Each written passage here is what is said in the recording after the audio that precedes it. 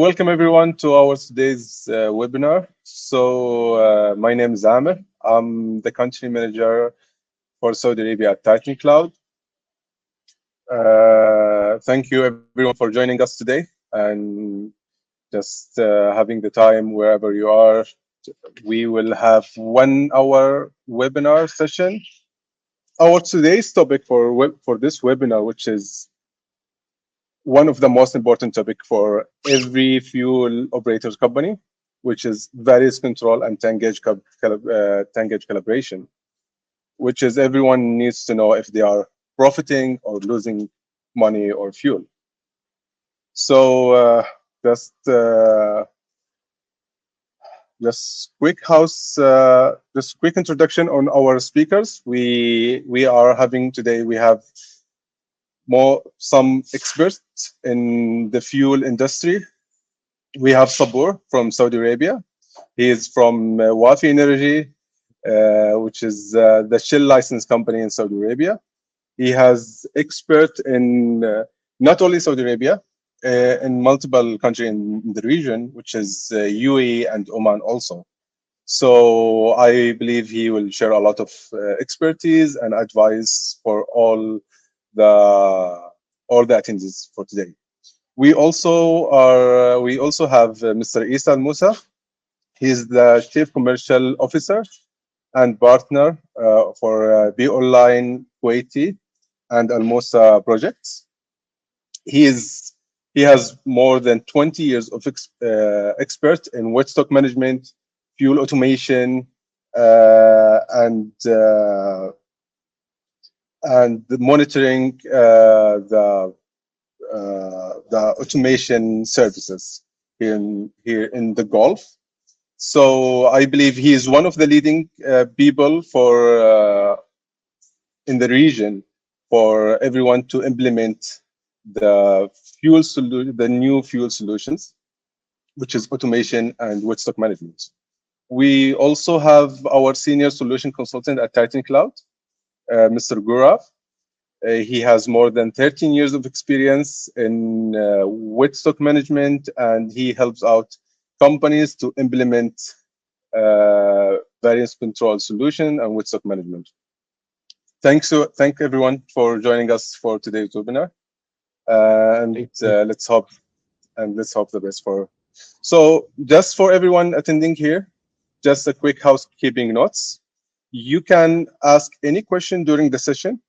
We will try to answer all your questions during the session. We will have one section by the end of this session for Q&A. So feel free to ask any question that you have.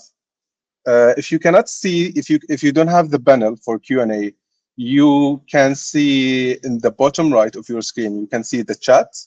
Just press on it, you will open the panel for Q&A. Ask any question at any time.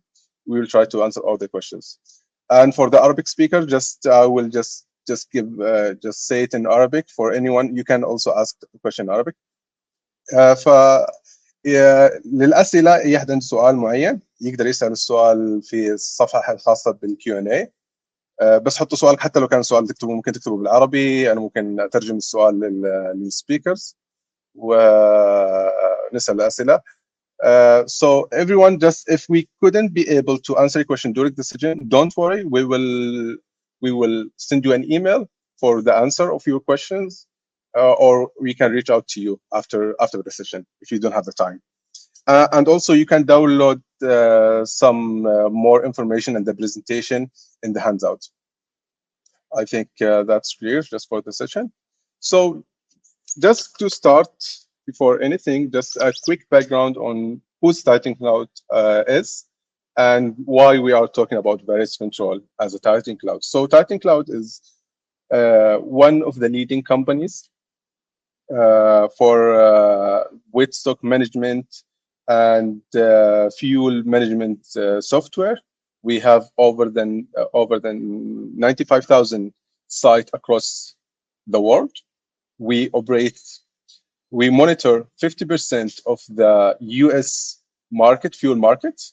We also monitor almost 99% of the Australian market, and we are well placed around the world for fuel management solutions. That's a quick background on why on Titan Cloud and why we are here to talk about variance control. Just a quick agenda. Just this is the agenda for today's session, which is we will talk about variance control and 10 gauge calibration and the challenges for the Middle East operators company for that for in this topic. So we will start talking about variance control and what are the challenges for in the region and addressing variances and how to use the software as a solution to control your variances. Just we will start with the basic on what is variances exactly. So just basically variances, the variance is the difference between the book inventory and what you should have in your inventory as amount and what actually you have in your inventory. So the difference between the book inventory and the actual inventory, when you differentiate this, you will have the variances. For example, just an example for that, if you bought 50,000 liter of fuel, so you are when you are when you do the measurement, you are expecting 50,000 liter inside your tank, but when you do the measurement, you find out you have 49,000. So in this case, you will have 1,000 liter of variances. So here, this is basically what is variances is. Usually, it could be loss or gain, but mostly it's lost. It's gain in some cases when you have, let's say, water comes inside your tanks, you will see some, or some also measurement error, you will see some gain variances.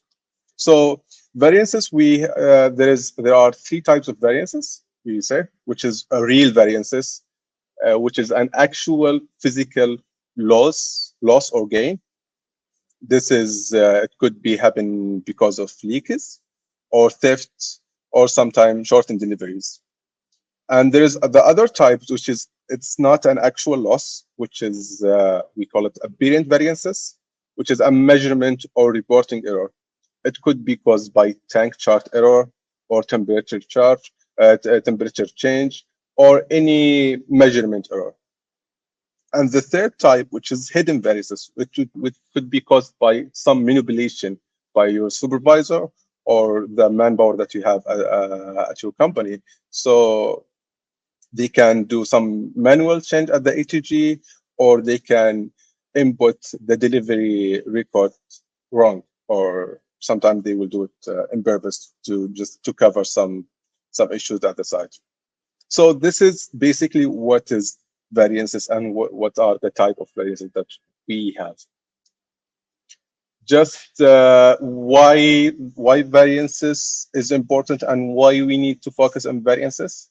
So that's because in this region especially, they are rely on the current practice for this region, which is they are relying on heavily on the manual methods, which is using dipstick or sometimes they rely sometimes they do a method we call it tank emptying as a baseline. So for them, because they don't have any visibility on the tank and also there is no tank chart uh, for the tanks, they rely on emptying the tank to a baseline, which is, for example, when there is the STB are not able to pump any fuel, so they will use that point as a baseline, and they will calculate and do calculate the variances and do the reconciliation by calculating the difference between the sales and the BOL. So that's basically it. So these methods are time consuming, usually because it is not accurate. So there will be a lot of hidden variances you cannot be able to detect. And when there is huge variances, there are usually slow reaction or to solve this, let's say, loss or variances. And one of the most important reasons why we should have variance control which is because we have all the tools. So most of the companies are already invested in ATG systems and automations, etc., but they cannot use it or cannot rely on it because the they think there is some inaccurate data, and using various control system, we will be able to give you calibrate your ATG system. This is one, and also make sure that all the data that you have it's accurate. All the data that you have from your system are accurate. So as a result, so a lot of companies are missing the real value of having an automation. So why it matters? So when you have a various control system or with stock management system, so you will be able to detect issue early. This is one. Any leakages or shortened deliveries or any theft, you will be able to detect it as early as possible. Second, you will be reacting faster to stop the losses or stop the cause of the variances, and you will be able to reduce the manual work and the downtime for all your sites.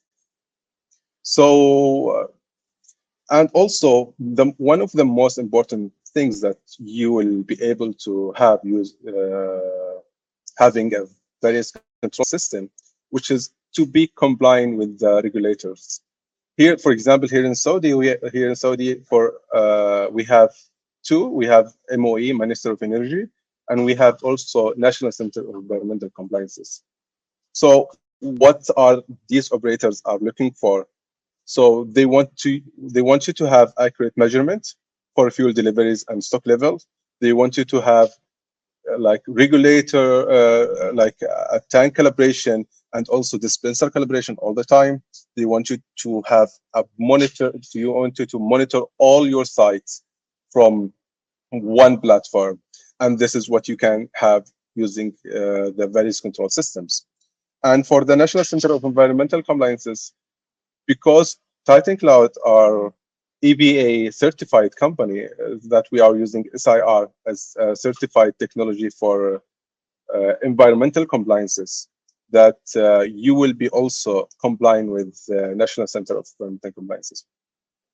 So these are the main thing that you can have if you have a various control system. So you will be able to environmentally comply. Regarding accounting, you will have accurate data reconciliation for your accounting. For your maintenance, you will maximize the uptime for all your sites and operate at the lowest cost. And mainly for operation, you will have accurate delivery and accurate sales. So these are, I think, the most important things for fuel operators to focus on and to control their variances.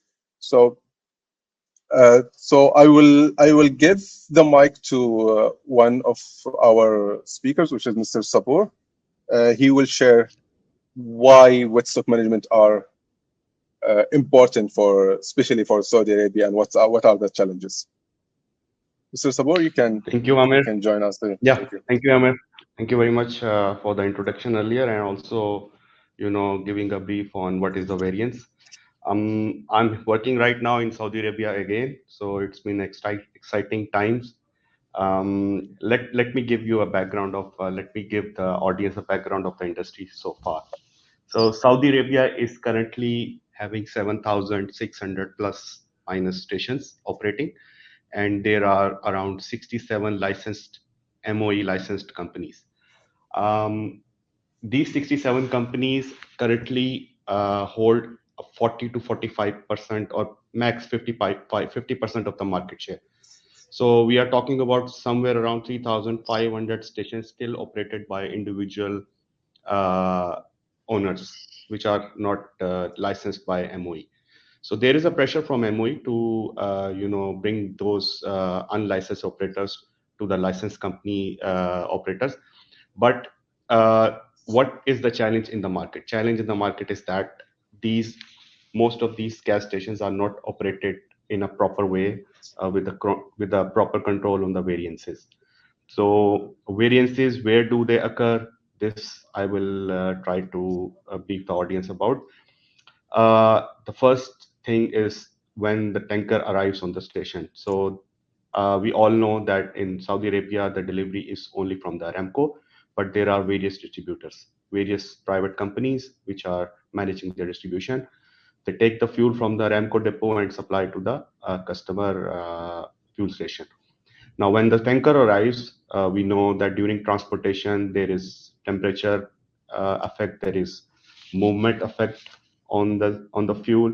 So the volume received from the depot may not be equal to what volume is actually coming on the station. There could be a theft in between. So what usually people do is that they compare the bill of landing bill with the tanker dip. Now, these tankers are mostly not calibrated as well. So even if you are taking a dip reading for the tanker, you may or may not have the same volume as per the bill of landing. So that's one point where the volume can contradict with the data you are recording. Number two is that now the tanker dispenses the fuel into the underground fuel tank. Now this underground fuel tank can have an ATG or can may not have an ATG. If you have an ATG, that's good. It will give you a certain reading, but again, that depends if your tank is calibrated, if your ATG is calibrated or not. We don't know, and we all know that over the period of time, tank behavior change. Underground fuel tank, they change their behavior. There could be an inclination, there could be a tilt, there could be dents, there could be leaks, or various other factors due to groundwater uprising as well.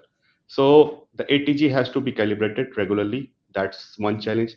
Then again, the second challenge in the tanker reading also comes that when they try to take the dip, the very moment when they empty the tank, so fuel needs some time to settle.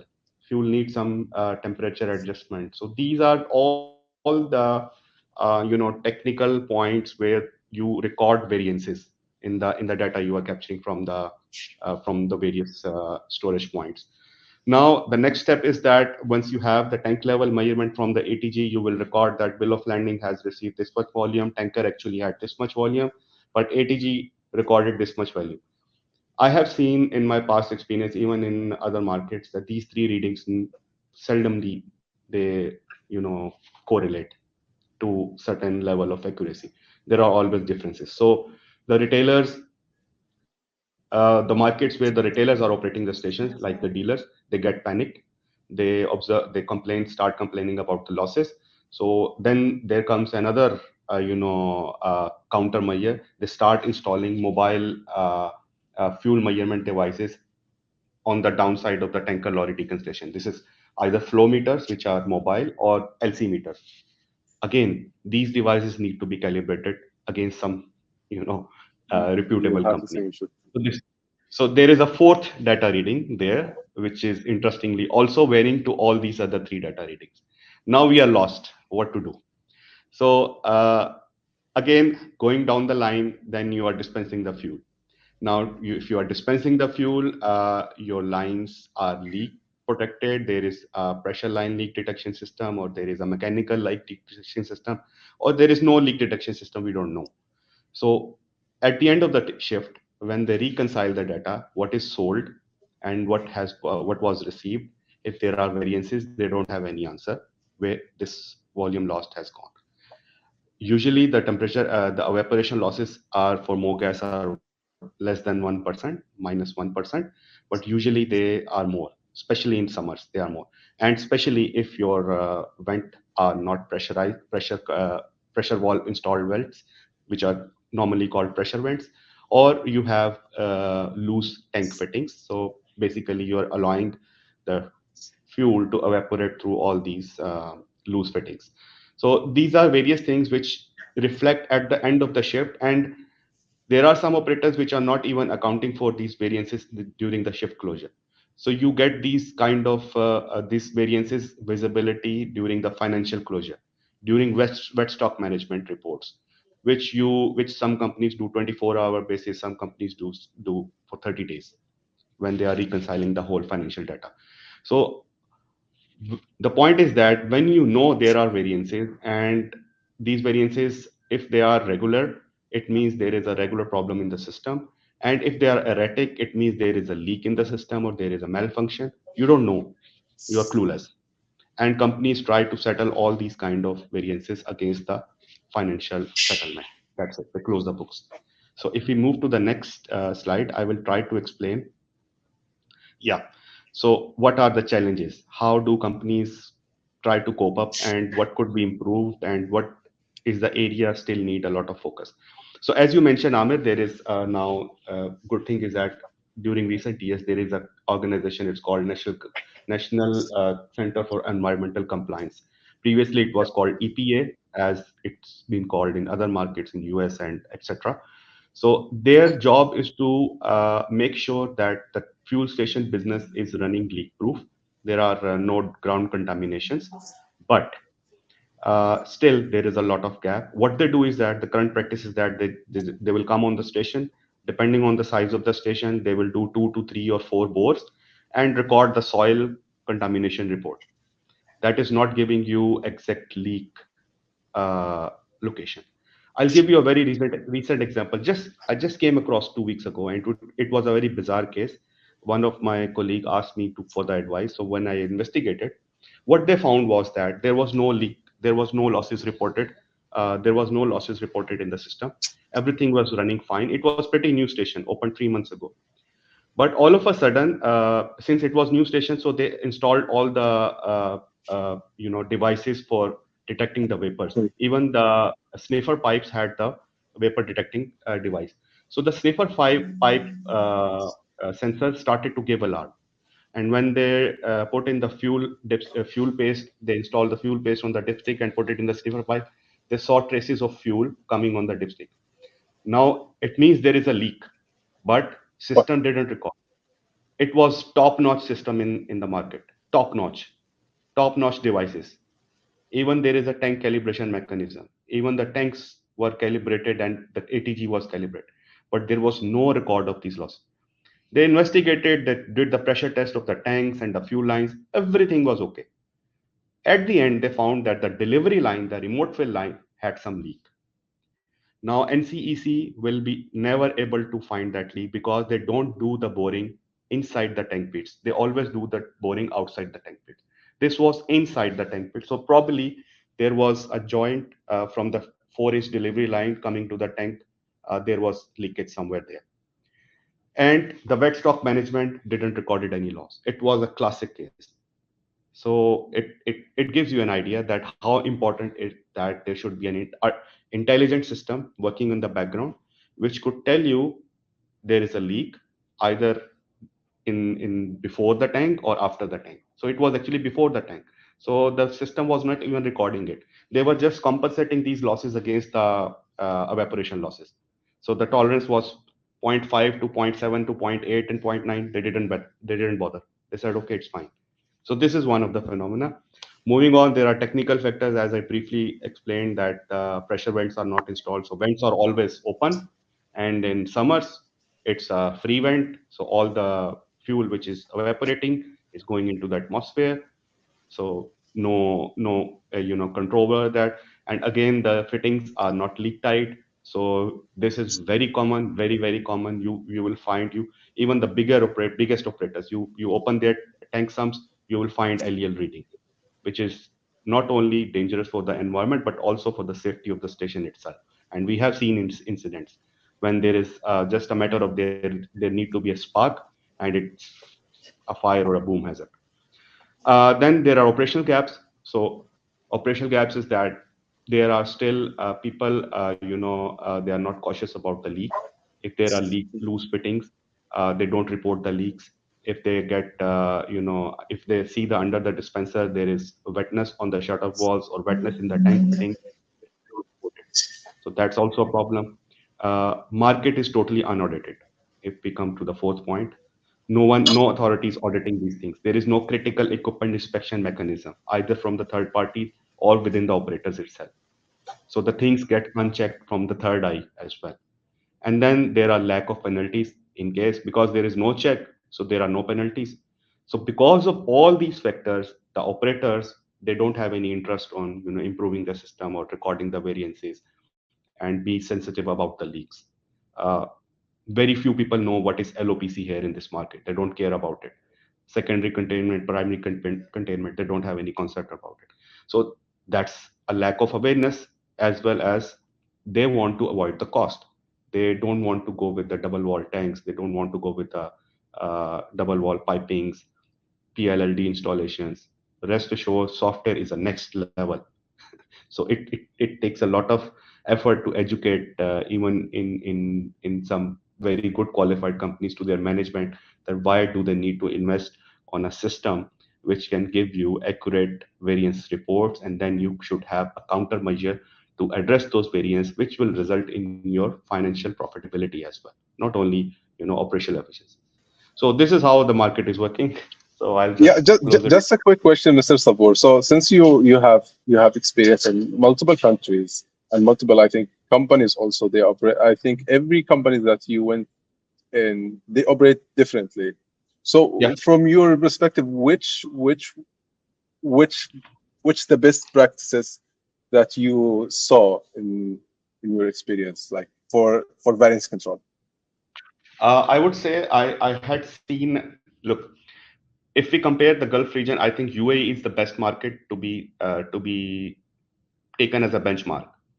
But believe me, in UAE as well, uh, there are giant operators, but still they lack control over these variances. But there are some the authorities are stringent over there, so that's a benefit, that in UAE the control from the authorities is very stringent. They audit the wet stock management reports. They check if the leak detection systems are installed, if the ATGs are working fine. So at least there is a pressure from the law implementing agencies. In Oman also, the market has developed a lot. In Oman, the market is have become very sensitive about the environmental protection. There have been lawsuits if there are leakages, if there are no countermeasures or no corrective measures are done. Companies have been fined a lot in Oman, so they are improved a lot. Saudi is still is lacking in that domain, so they need to go afar. They need to hire people in these companies like NCEC, or maybe civil defense, or maybe some company which can only look after what system is being installed by the companies, and they should regulate it. They should audit it regularly. They should ask the companies to share the wet stock management reports. I'll tell you very interesting fact. In Saudi, there is a business model. It's called franchise, or profit sharing. You know Yeah, that very well. Now, investor is renting out a station to a operator, only the fuel canopy. So the fuel canopy, dispensers, tanks are rented out. All the NFR is operated by somebody else. Now there is a arrangement that whatever the fuel is sold, 20% will be going to the operator and 80% will go to the investor, because he has invested on the infrastructure. These companies don't know what sort of piping and tanks he has installed. Even though they do the due diligence, they check, but these do not mean that there is a quality installation. Now, if there is arrangement that every liter sold, 3 halala goes to the company and 15 halala, 12 halala goes to the operator. So he's just concerned about, okay, whatever the volume you have sold, you give me the money. Even the investor doesn't audit that what yeah. actually the company sold. I asked even an investor, do you actually go into the wet stock management reports and do you check how much they have sold actually? He said, no, I don't care about it. I am getting money more than my rental expectation, so I'm fine with that. As So long rest as he assured, he doesn't care. Okay. yeah. So it's a very interesting market. People don't care about it. So rest assured, the regulatory authorities is another subject. The guy who has invested and the guy who is earning money doesn't care about it. So I told him, maybe you can earn more money. Maybe the company is hiding the numbers. Maybe you can earn more. He said, I don't care about it. So that's an example. Secondly, also in Saudi, the pump nozzle calibration tolerance limit is set to 1.5% plus minus. In UAE, it is zero point 0.5. In Oman, it is zero point 0.5. So again, since there is a larger tolerance, and this tolerance always in the negative form, so it sets off certain volume of the variances as well, which is going in evaporation or the system leak. So that's Yeah, also that's. something. But I believe, yeah, I think all these systems are new for, and this regulation are new for the Saudi market, but they are, I think they are developing a lot, Moving, and I think they are they are learning moving in good. Yeah, that they are direction very moving in slowly. the right direction. Okay, thank you so much, Mr. Sabur. I think you like it was really really helpful, and a lot of advices was there for all the attendees here. So moving on with the Gurav, like he's our senior consultant for the solutions. So you have the mic, Gurav. Yep. Thanks, Amir. And great insight, Mr. Samar. I think it was great to hear some of the country challenges, how people are managing their wet stock, and sounds like it is an education journey. So we're here to help. We're here to help the market and get that education in as well. And with this webinar, this is our first step. So what you talked about is what the industry is expecting, right? So the industry is expecting in some ways what was ordered, what was in the trailer, and what was delivered to more or less balance out. But the reality of the world is different, as you described as well. So the reality of the world is you never have like inventory balancing out. There's a other variety of factors that actually come in. Temperature and evaporation, especially in the Saudi market, is one of the biggest ones. Then there are other factors as well. There could be errors in the terminals which are not which are potentially going unnoticed. You talked about some of the tolerances on pump meters. So meter drift could be one factor that is also playing in.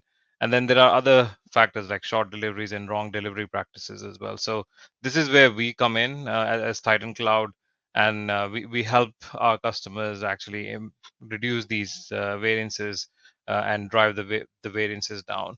Now, one of the bigger components that was mentioned is tank gauge calibration. Now, like you said, uh, there are variety of factors that may come into a tank. So what I have here on the screen is essentially, a little bit exaggerated example, but if you look at that infinite tank on the top, that is basically a line failure. So whereby there is a lining, secondary lining within the tank that has failed over time.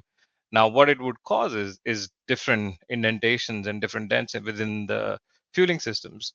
Now, the the default calibration may not account all these variations which are coming over time. Then you do not know what's going on under the ground and on the tank. Over time, the tank can have a tilt. It can have other factors come in. So a variety of imperfections, and how do you cater for that? And that's where we actually come in. So we have something called a digital tank chart, which is our internal proprietary um, calibration process. The way it works is we can capture high frequency data. So it would be high frequency inventory data, all transactions, temperature information, and delivery information. And using that data, what we do is we can basically look at the range of how the tank was getting exercised, and we can come in and we can, based on the data that we're seeing, we can start calibrating and provide a better calibration for the tank gauge. Now, given how the tank is exercised, the process can take anywhere between 60 to 90 days, and we can calibrate a tank. Now, what you would think is, what is the impact of that? So the impact of that is essentially, if I go to the next slide, it is in the variances, and we can push the tank chart or the strapping chart to a gauge as well, so that you see the impacts. Now, if you look here in this example, what we are actually capturing is, if the data was coming from a raw tank gauge, that is the orange line. You can see how much it fluctuates, and how it's performing. And the variances, if you're relying only on the variances coming from tank gauge, it can be higher. So in this example, the variance is actually on the left, so it's around minus 400 liters. But when we have calibrated with our digital tank chart, the impact is much lower. So you can see the blue line, whereby it is much smoother performance. You have a tighter control, and you're getting a better picture of what's actually happening in the tank, and the variance is reduced by almost 200 liters. So that's how we actually come in and we can work with our customers to help with the process and show an impact.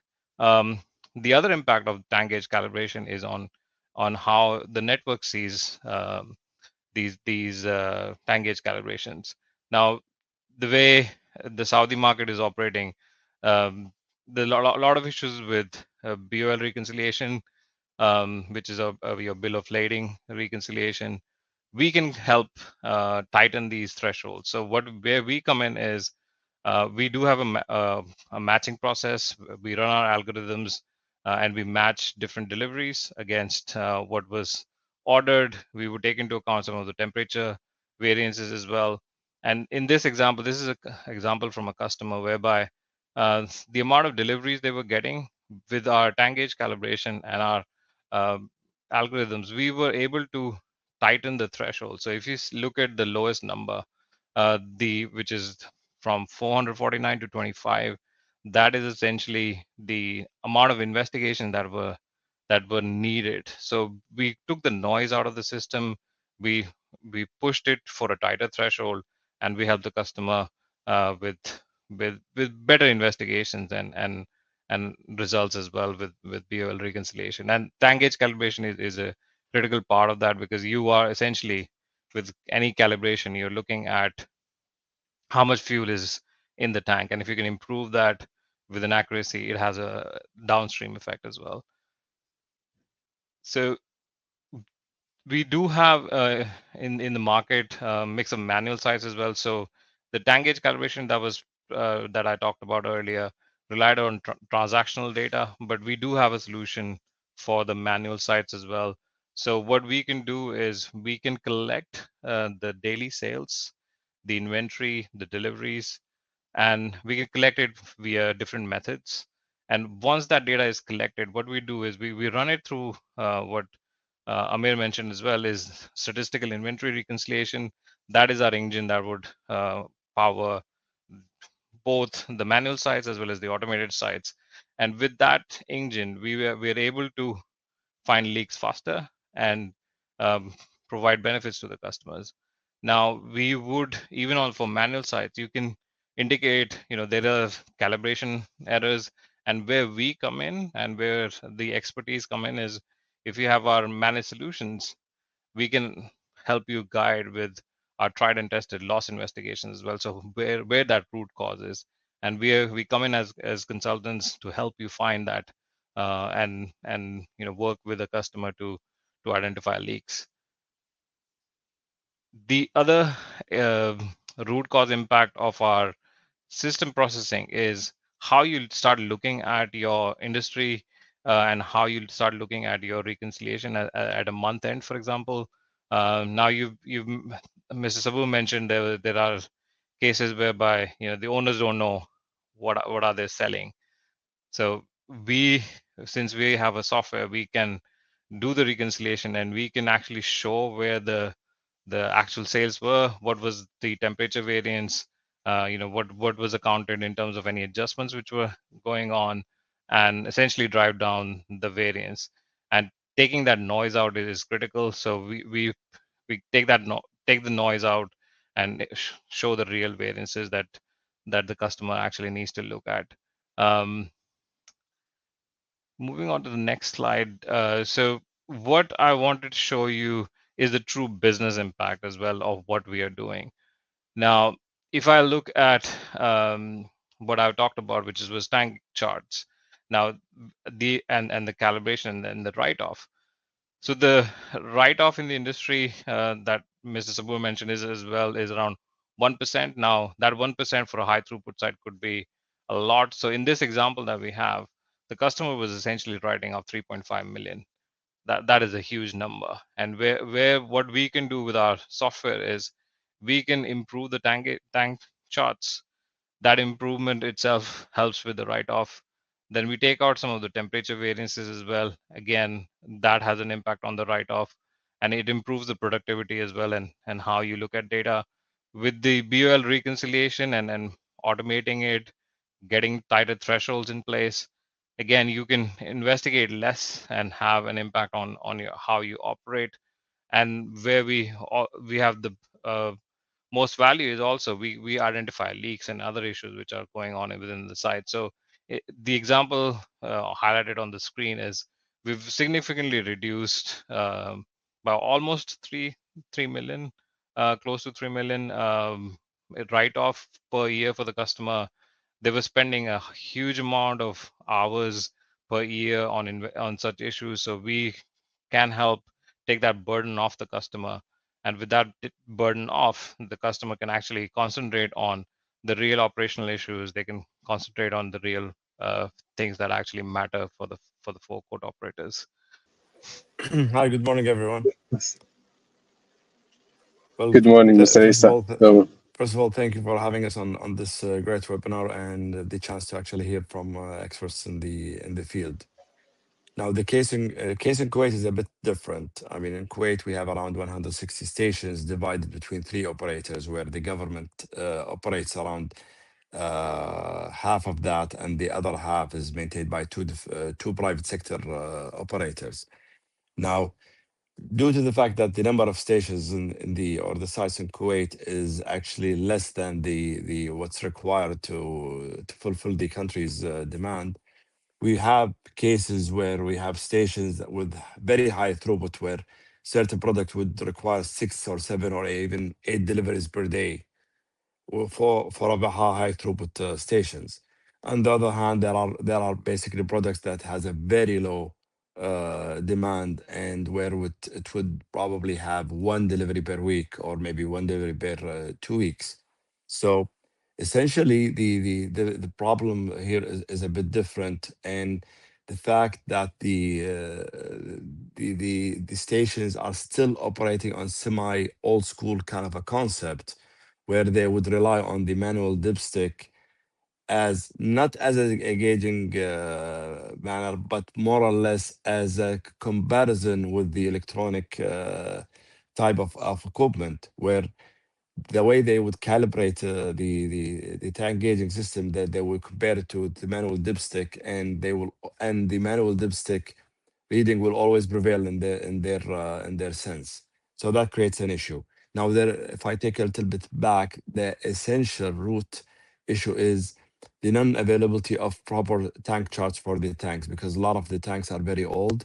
Some of them have been basically been manufactured 20 or 30 years ago. They've been changing and upgrading the tanks, but even with the new tanks, and some of them been manufactured locally, do not have proper strapping data or actually tank gauge. So now, if you base the configuration on an initial tank chart with issues, then it will probably snowballs into issues later on. Now, moving into using different tools to ensure that the calibration works fine later on, still there is always a case with the high throughput products. The calibration with the generation of the charts works faster. On the low throughput, it takes longer. And I had one interesting case on one of the sites where uh, I can see variance. We have a day of loss, then a day of gain. And I've asked the station supervisor, and I told, so why haven't you been flagging? He said, because, today there's a loss, tomorrow they will gain, and the station will adjust itself. I told him it's not really logical to actually assume this. So the biggest challenge is basically to convince manpower to actually go and rely on the software based solutions.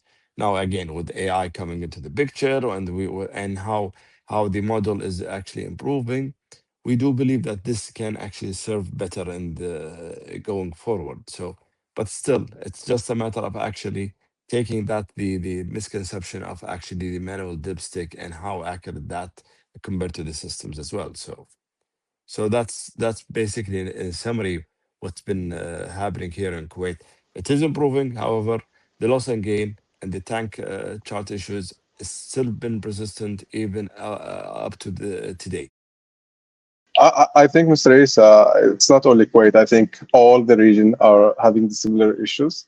But why do you think like the supervisor and the supervisor at the site, they still believe that the manual dipstick reading are more accurate than the ATG system. Okay, there is an see. I don't know about the other countries, but in Kuwait there is something interesting. The manpower staff that you see in the station, they've been the same team. There's been the same people who've been working there for the last 10, 15 years. So it's a kind of a sector where the manpower does not have that high of a turnover in terms of the manpower. So people don't really change. Uh, So, and whoever is there on a site level then gets promoted and he's more or less on a supervisor level. So he's still the same mentality and way of thinking. So it is that struggle.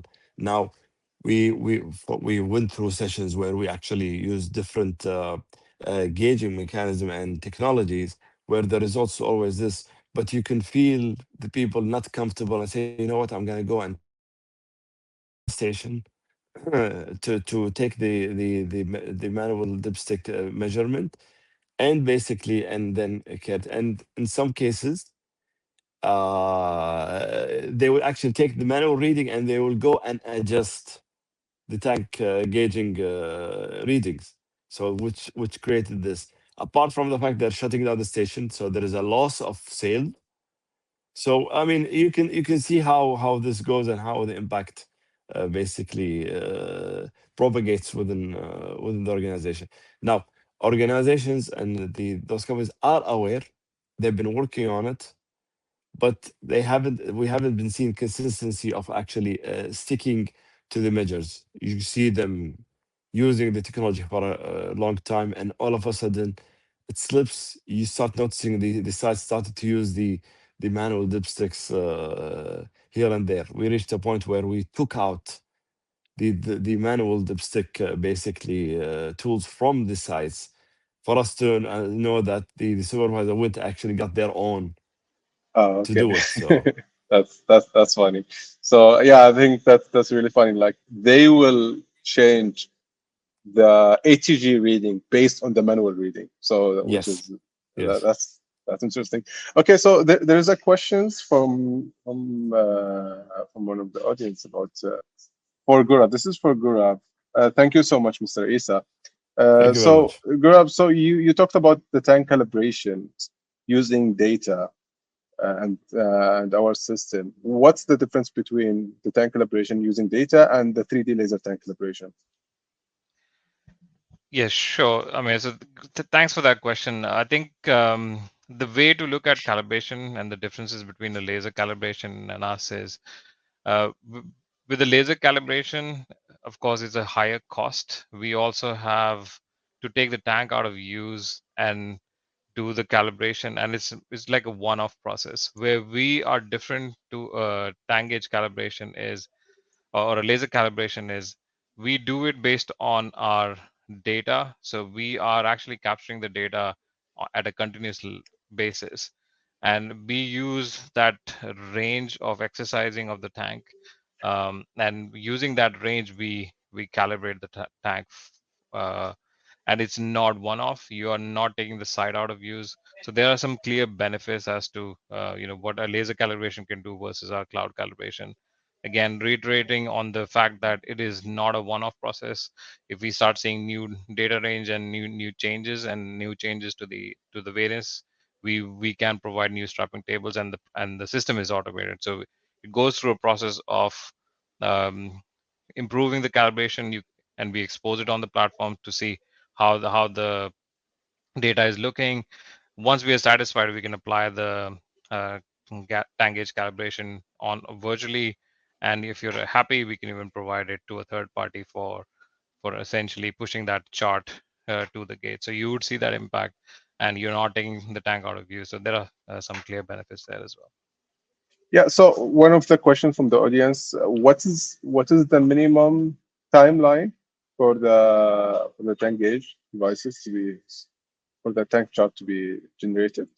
Yes, so it depends on the data and the quality. So before you calibrate, of course, you're trying to ensure that the data is correct, there are no leakages in place as well. So there is some analysis period involved as well. So in terms of timeline, we would say anywhere between 60 to 90 days.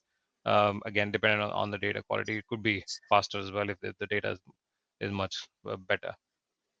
Yeah. Okay. So just to wrap up before we answer all the questions, so just take out notes on what we talked about in this session, which is so we explained a lot about the challenges for the various control that everyone is facing here in the Middle East and Africa, and also for also the compliances, how it's important, especially with the new regulations. So just a call to action for everyone. If you would like to use Titan Cloud Soft platform, you are able to submit up to 3 sites of manual data. So here we will give you a calculation of your variances for those sites using one of our solutions. We call it SD. So the SD, it will require minimum data, which is doesn't require, which is like total sales, total sales, and deliveries, and one like daily in ATG reading, or also dipstick reading, whatever. So yeah, so if you can submit all of that, we will be able to share with you the variances that you have in those sites, and any contract resulting from these. It will we will have the first quarter of that free of charge. So just to answer the questions, there is a lot of question to. There is one question to Mr. Isa. So Mr. Isa, from a business perspective, do you believe that fuel retailers really need to adopt new cloud technology now to achieve a measurable and improvement, or can they still operate effectively with the legacy systems? See, I'm an advocate of actually going for technology, yes, because I still believe that there is a percentage of human error that exists. And with how technology is progressing and how we keep improving, at the end of the day, you eliminate the human factor and the legacy system by taking out the emotional or the person perception out of the equation, because at the end of the day, this is numbers. So you don't and you remove the part where you be biased with regards to numbers. And so it is more or less going to the technology, because the technology keeps improving. It's not like how it used to 20 years ago. It keeps improving. There is an improvement on daily basis. There is a new thing happening.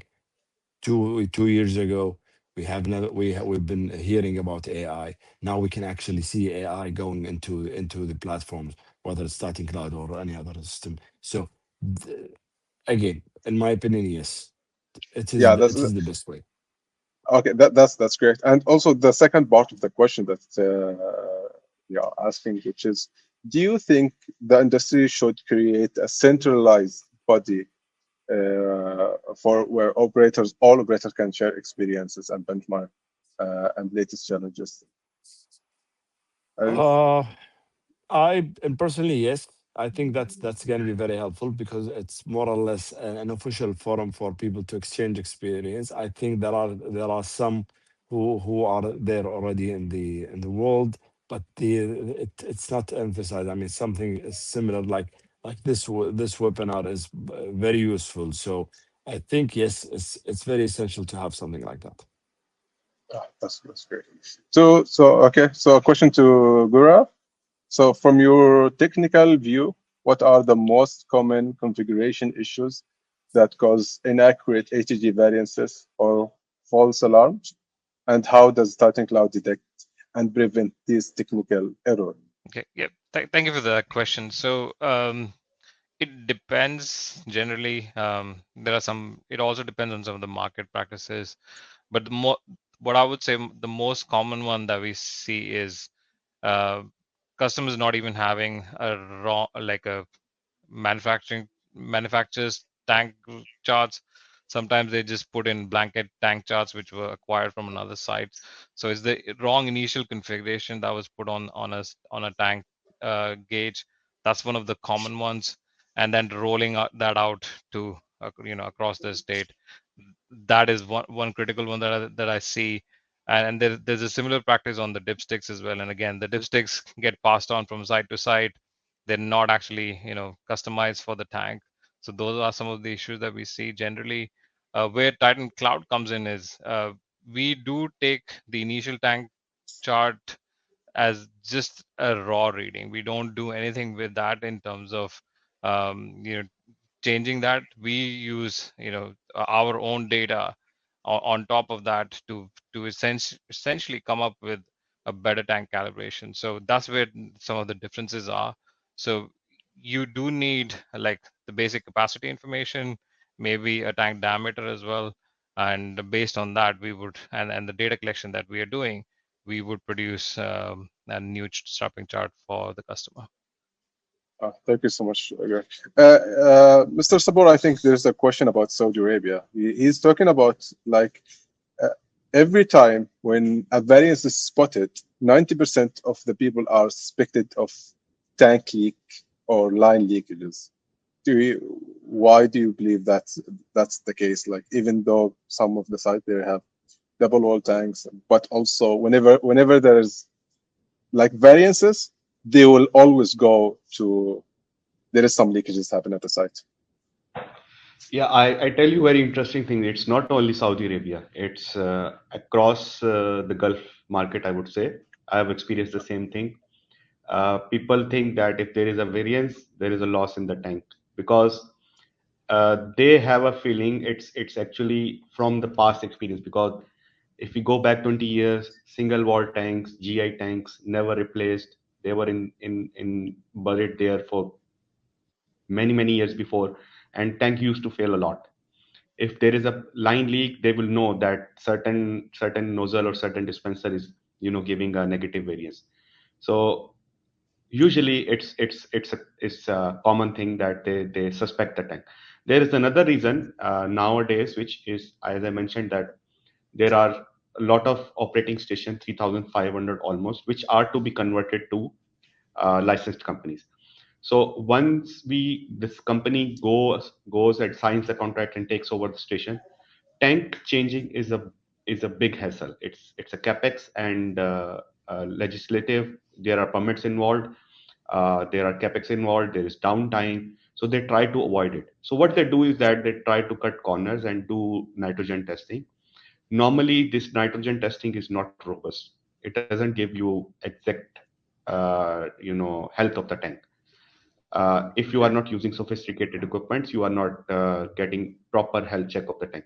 So if they see that okay, tank is passing the nitrogen test, they just believe okay, test tank is okay. But later down the line, there are normally failures in tanks. So that's also a reason that due to various occurrences where the tanks have leaked and are leaking, so they believe that tank leaking is a major problem. But it cannot be the case always. As I explained you. There is one example I just quoted from the last 2 weeks I experienced. They suspected that the tank is leak, but the leak was in the delivery line. Similarly, I would also recall an incident in Oman when I was working over there. There was a flash fire incident in the tank sump because when the car was moving over the tank sump, there was a flash fire, and the immediate suspect was that there is a leak in the tank. But believe me, this was because of there was a loose fitting in the ATG socket. So that loose fitting was creating a lot of vapors during, specifically in the decantation time, because the fuel was volatile in that is the most fluid condition of the fuel.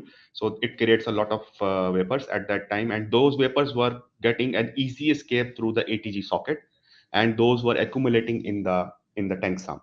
And this particular site was on a downhill of a wadi, so the people were using a lot of Mm, brakes when going down. So the discs were pretty hot at that time. And I remember one of the Lexus passed over it, and I had a video. It just flash see. fired. Okay, So, that's and the immediate suspect for the next 2 weeks was tank, until we did a tank testing, we did the pressure testing of each and everything, and then we found that there is a leak on the top of the ATG fitting. Okay. So there is also one question for you, Mr. Sapor. Just with your extensive experience in the fuel solution and operations, what do you see as the main business driving pushing digital ATG adoption, reducing loss, cutting maintenance cost, improving uptime? Which optional metrics do you see most measure success from implementing a digital transformation in fuel network? Yeah, What do very you good question actually. This is where the lack of awareness also comes in. People don't know that actually it's not a matter of installing a good ATG will solve the problem. And if you see the Saudi market, there are various equipment suppliers. There is namely PTS, DOMS, Fusion. Many Chinese companies are also coming up. But if the ATG doesn't know what is your accurate tank chart, ATG will not give you a good rating. That's it's a device. It's like you are converting a manual dip into an electronic dip. That's it. So installing a ATG, companies normally think that installation of an ATG will solve the problem, but it doesn't. Normally, it doesn't. Also, not on the companies of the fuel operators, the authorities also now in KSA, it's mandatory to install ATG device, be it any brand. They just ask that is your ATG installed? If it is installed, they see the device there, it is working, they just tick the box. But I've seen people bypassing ATG over there in the sites. They bypass because they want to steal the fuel, or they have some unknown hidden variances. They just want to hide behind the data. So they do bypass the system. But there are never, I have seen never there are accurate tank charts. So now the good companies, what they try to do is that they try to involve companies who do the tank calibration with the devices like Calibex. They are laser calibration devices. Again, it's a data quality issue. I have seen the tanks which have ribs inside. So that if there is an hindrance in the site of the laser, it will not give you a very healthy tank chart, but still it will give you some data points. Now, this activity requires tank emptying, number one. Number two, most of the cases, some devices may not be requiring tank emptying, but most of the devices they require tank emptying, and also a downtime during this entire activity. Thirdly, you are working in a hazard zone.